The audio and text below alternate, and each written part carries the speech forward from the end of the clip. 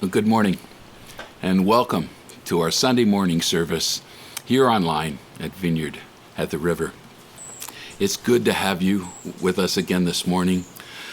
If you're joining us for the first time, I'd like to welcome you as well and let you know that we're honored that you're taking the time to be with us here in our service.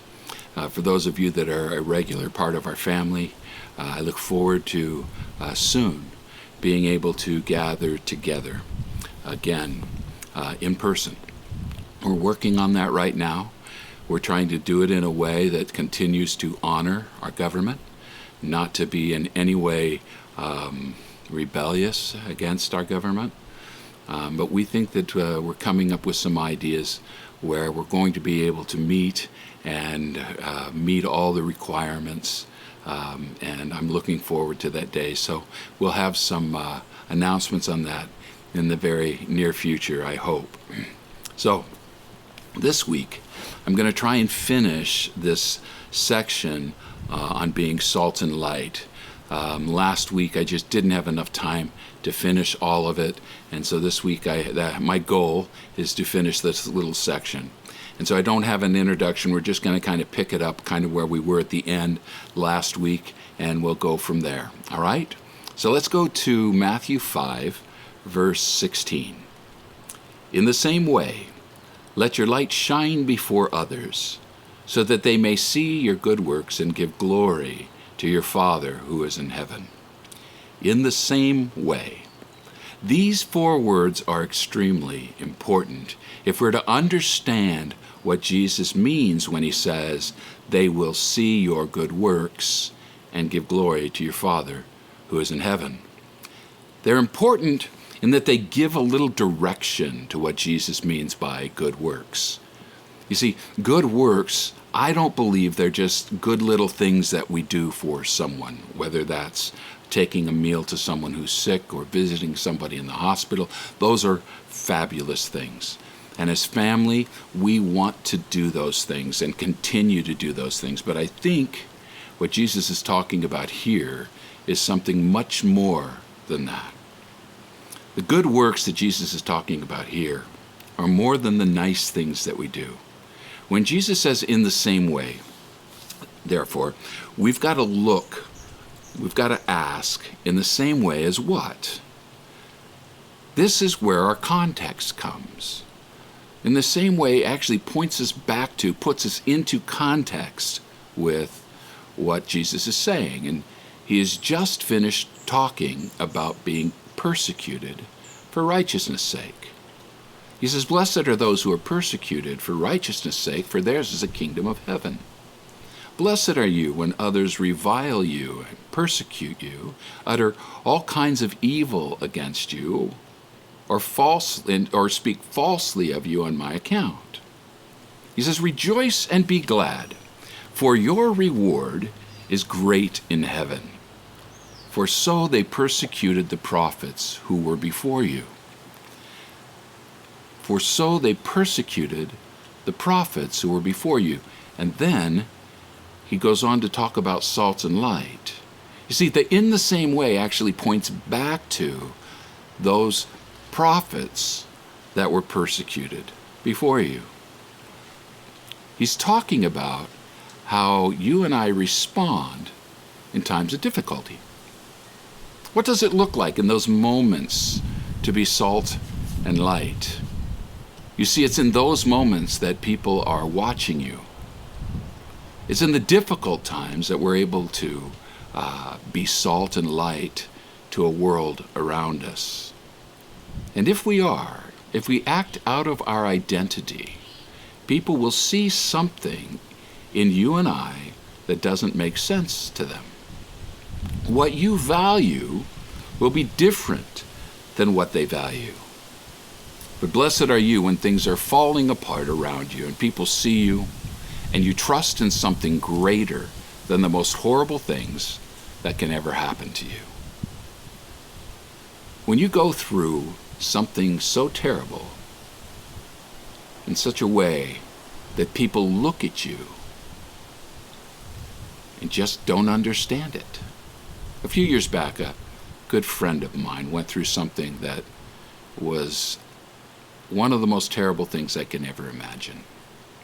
And while I was preparing this message, this came to mind, and I want to share it with you because I think that it's a great example of what Jesus is talking about in being salt and light. My friend's name is Mike, and he and his wife were looking forward to having their first child. The pregnancy was a difficult one, and there were a lot of prayer going, and there were a lot of special procedures that she had to go through. But people were praying for them, and they were praying for the child. Some people even shared thoughts on what they believed God had spoken to them about the child. They'd given them prophecies about their child. Then the day came when their little boy was born. But there was a problem.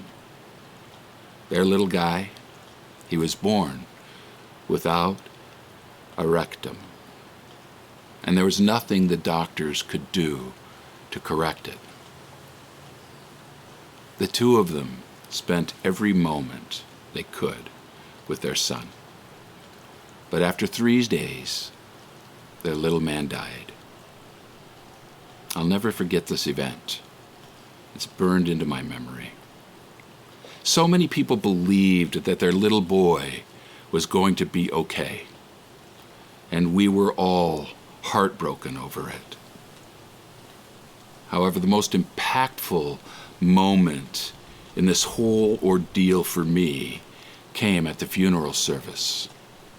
During the service, Mike stood up and shared. He talked about how often we're tempted to ask God why when things go wrong. But then he said, why is it we never ask God why when things are going well? He said, I am not going to ask God why. I was blessed to spend 3 incredible days with my son. And for that, I'm forever grateful. I sat there stunned, tears streaming down my face. You see, this was real. This is real life. We can talk about being salt and light. We can believe that we would react that way, but this was a real event where I saw a man, a friend of mine, standing on a hope that was secure. You see, Mike knew that he would one day see his little boy again in heaven. See, this is what it looks like to shine. This is what it looks like to be salt. Jesus says, let your light shine so that people will see your good works and glorify your Father who's in heaven. Now, can I be real with you for a minute? I know that there are some of you who are going through very difficult times right now. Some of you are going through, tremendous health issues. Others of you are going through difficult financial times. Some of you are going through horrific relational issues. Some of you are still trying to deal with the loss of a loved one. And you're all struggling to see where God is in all of it. I think that's normal. Possibly even you're beginning to question, some of you are beginning to question your faith a little bit. See, I think it's really easy to talk about being salt and light when things are going well. It's easy to have faith, to believe God when things are going well. But when difficulties come, that is where the rubber meets the road. So what does it look like to be salt and light in these times? It means that you've come to this place that you trust in something greater than your circumstances. It means you trust in someone greater than your desire to be healed. It means you trust in someone more than you trust in your bank account. It means you trust in someone who knows all too well what difficult relationships can be like. It means that no matter what you may find, going on in your life, find yourself going through, no matter how difficult the circumstances become, you have a certainty, a hope on which you can stand. It's that solid rock upon which you've built your life. And as you do, as you move through these times, people are going to see that your faith is in something greater than your circumstance. Blessed are you when you've given everything over to God who loves you, even in the most difficult of times. Times that, quite honestly, you may not understand. You may not understand why you're going through what you're going through. You see, the fundamental good work of being salt and light is to believe and act out of a knowledge that we have a treasure greater than anything this world has to offer. It is then that people take notice of you. And it is then that they begin to ask, what is the reason for your hope? Mike lost his little boy after 3 days. People looked at him and asked how. How could he go through such a time, such a thing, and not fall completely apart? See, as painful as the experience is, Mike had a peace that went beyond understanding. He possessed a hope, a certainty in knowing that one day he would be reunited with his son. When someone witnesses something like this, when they see that kind of hope, a hope that goes beyond understanding, beyond anything this world has to offer, they're witnessing someone who knows their identity as salt and light.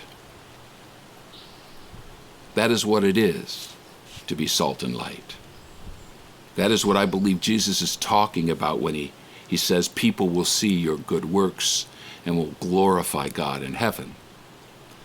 People see that your allegiance is not to your own comfort, but to something far greater. Your true allegiance is to the King of Kings, because you know that he rules and he reigns. As bad as it may get, you know that he still holds the whole world in his hands. That's when people take notice, and they realize that you have something that they don't. Look, I'm not saying that as you're going through this, it's all okay and just ignore it. It's not okay. It's not okay at all. I wish it were different. But I've learned the secret of being content. I know that God is still in control, even in the most difficult of times. You see, he's my dad. And even though I don't understand the whys of my circumstances, I know I can trust him. I know that he loves me. The older I get, there's this one verse that I find myself going to very often. Proverbs 3, 5, and 6, and I've shared this with you before. It's one that has become almost a life verse for me. And it says this: trust in the Lord with all of your heart and lean not on your own understanding. You see, no matter what we're going through, God is in control. He's not lost control.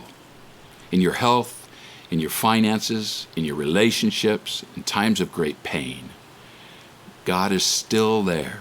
He has not left you. He's not forsaken you.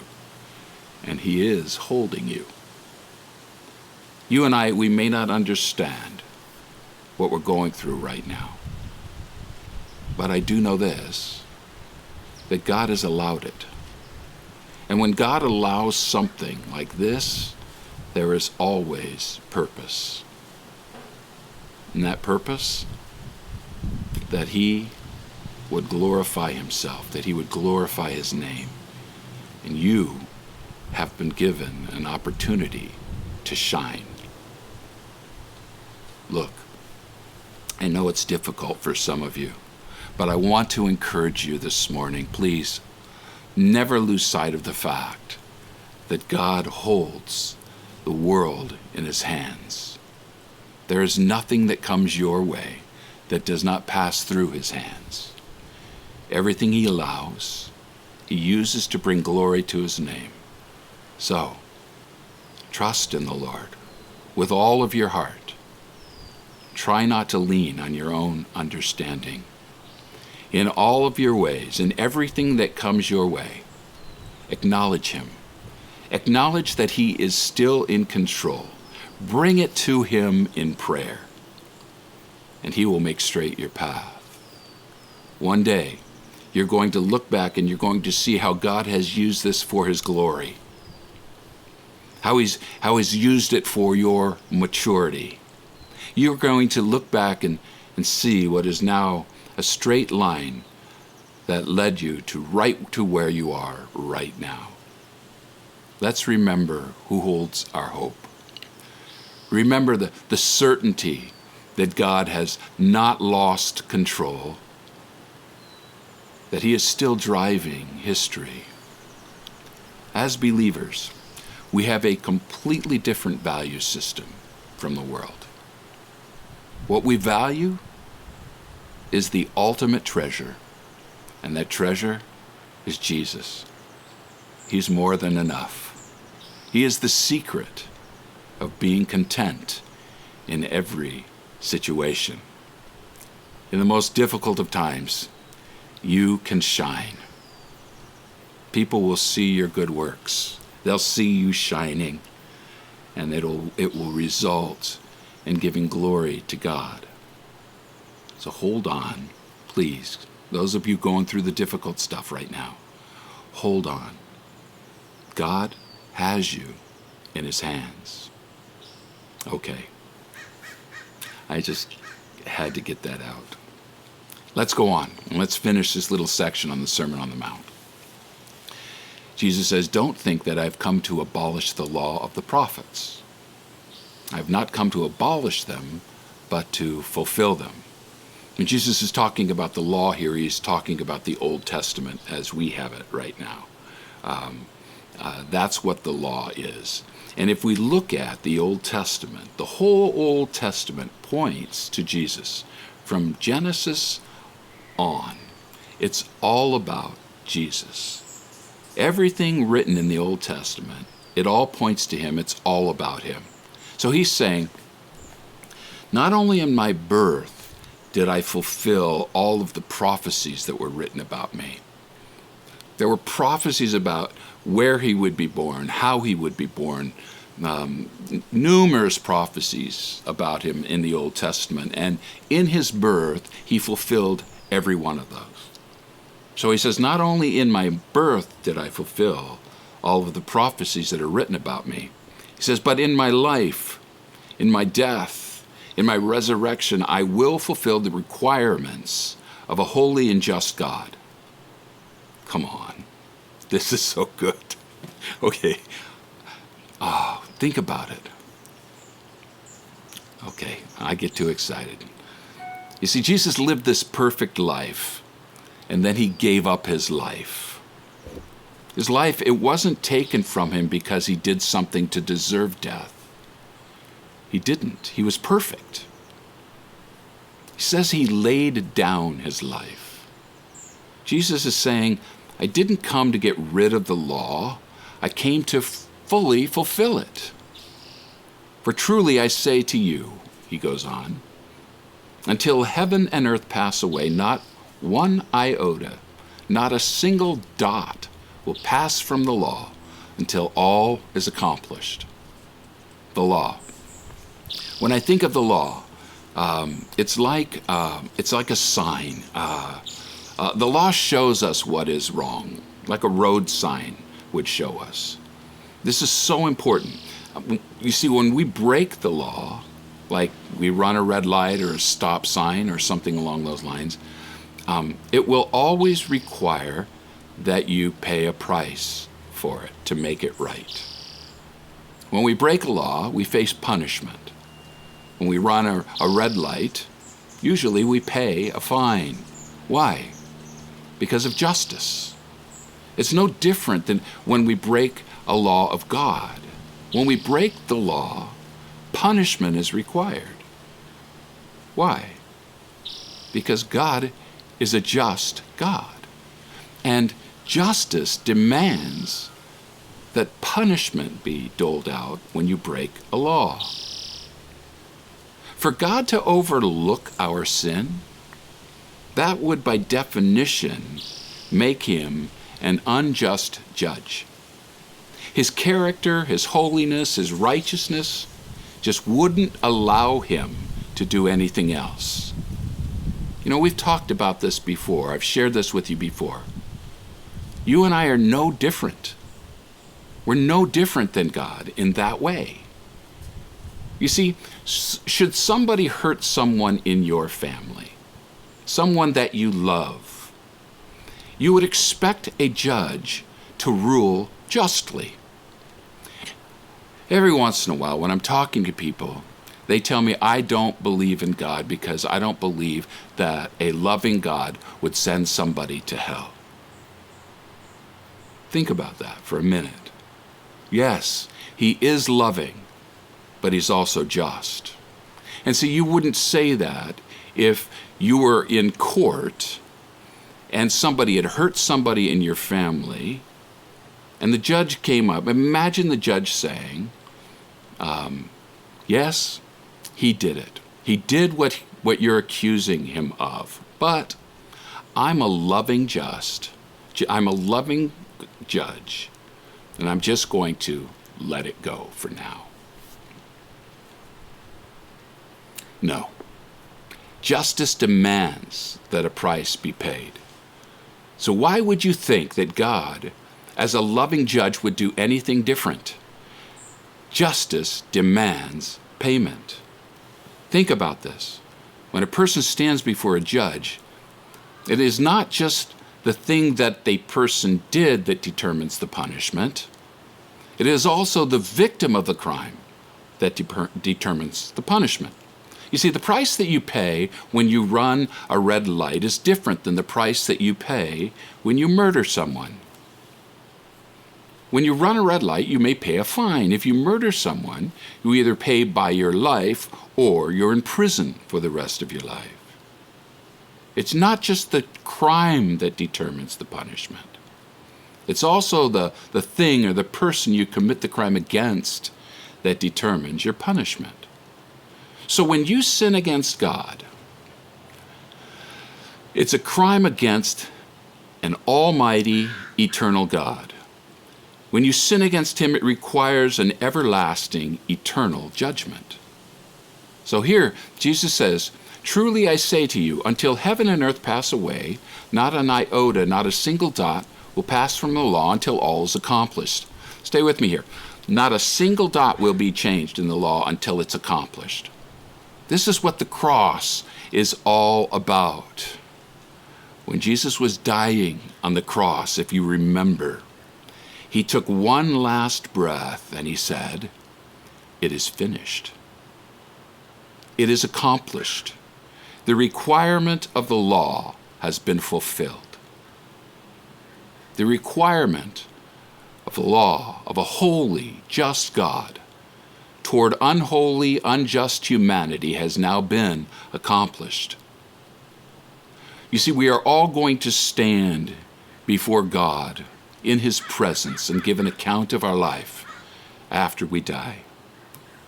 And if you've given your life to Jesus, Jesus says the debt that you owe for your sin against God has been paid in full. He is saying this is going to happen. Let's go on. He says, "Therefore, whoever relaxes one of these commandments and teaches others to do so will be called least in the kingdom of heaven. But whoever does them and teaches them will be called great in the kingdom of heaven." Sometimes, people that hear the good news of the gospel of Jesus Christ tend to hear it as a license to sin. I remember meeting one guy who said he was a believer, but he lived his life in a way that was anything but an example of a believer. And I asked him, how do you justify that? What do you say about that? And he made the comment, he says, I just sweep it under the grace rug. You see, if you're hearing it this way, you're missing it. I've had some people be very critical of me and say I'm just too much about grace and I don't teach about sin enough. So please, don't misunderstand me here. Our sin is a really big deal. A really big deal. Our sin is such a big deal that it killed Jesus. Because of our sin, Jesus had to die on a cross in order to pay the price for my sin and your sin. He took the penalty that we owed for our sin against God, and he died in our place so that we could be able to once again be reconciled to God, reunited with God our Father. His death was the requirement of a holy, righteous judge for sin to be wiped out. So our sin is a big deal, a very big deal. Look, God isn't fooled. He knows the motives of our heart. If you think you can claim to know God and continue in your sin, you're only fooling yourself. But that's only part of the story. The good news, the gospel is this, that there's no sin too big that God's grace was not poured out for on the cross. It was the cross that paid the requirement of your sin. It's the cross that demonstrates the love of God for us. Jesus said this, he says, greater love has no one than this, than he laid down his life for his friends. It's on the cross that sin was paid for. Jesus was the just, and he became the justifier, I heard someone once say. Now, let's look at what Jesus says next. For I tell you, unless your righteousness exceeds that of the Pharisees, you will never enter the kingdom of heaven. The Pharisees, the very word Pharisee means separated one. You see, they took the law of God very seriously. So seriously that they made laws about the laws so they wouldn't break the law.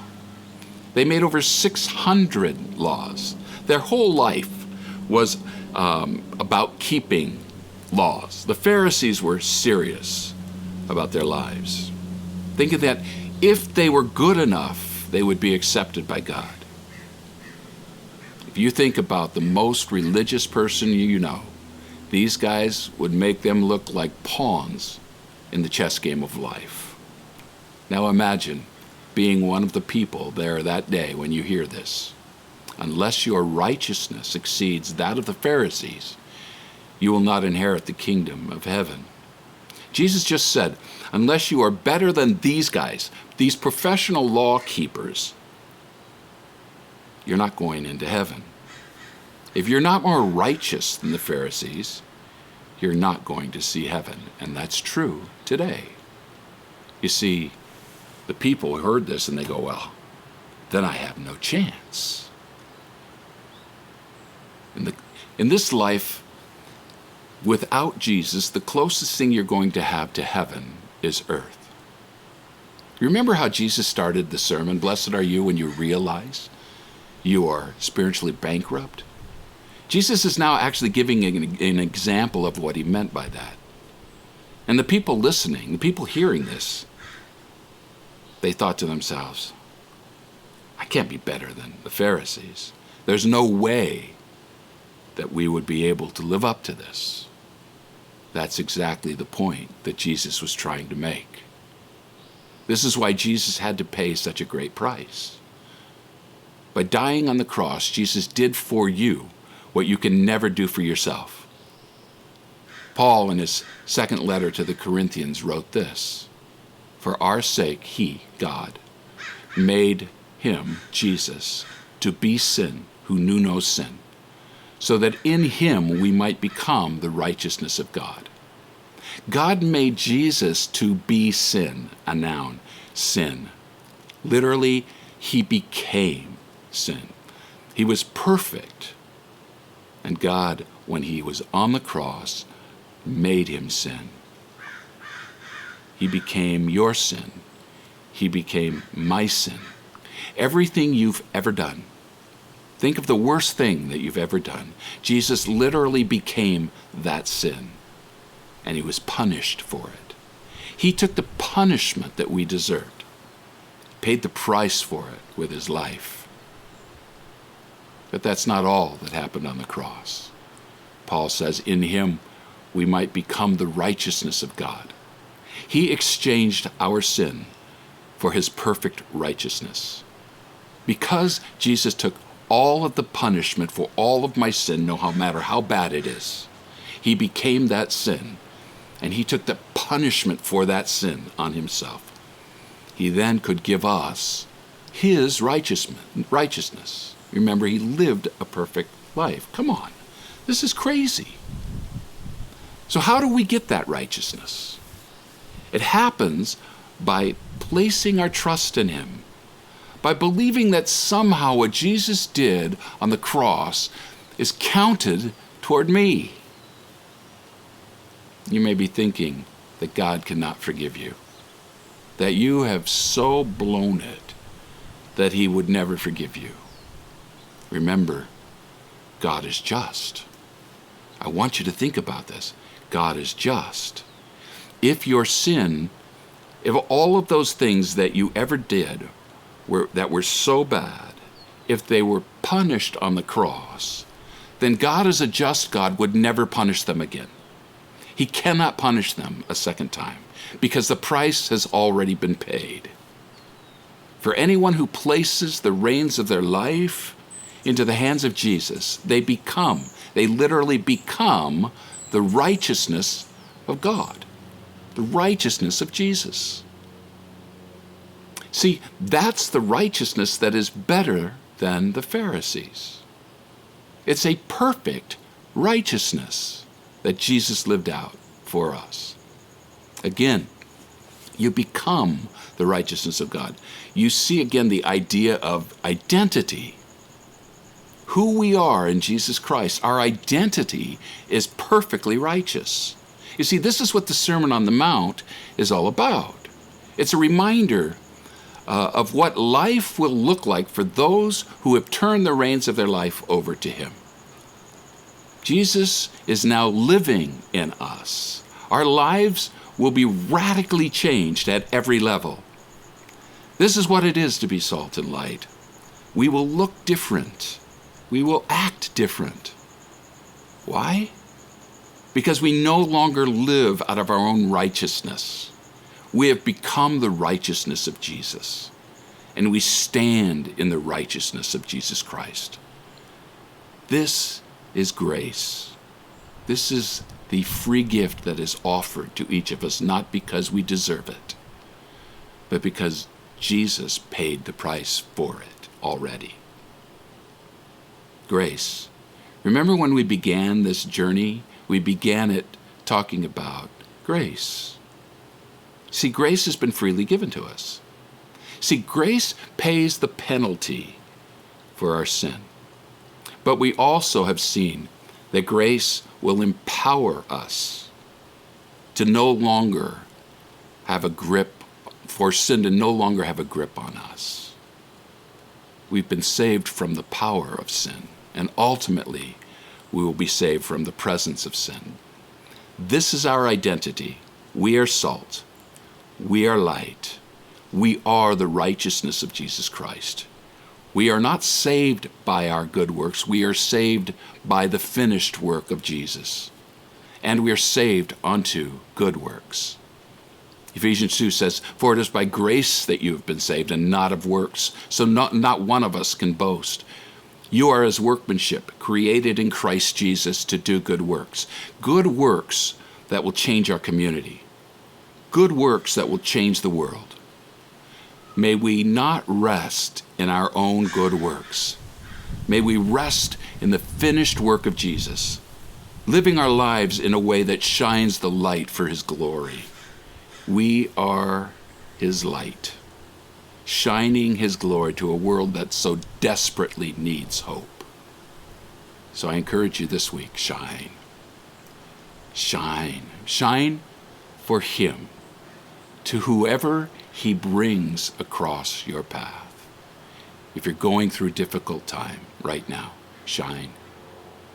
If you're not going through a difficult time, shine. This week, may your light shine brightly for him.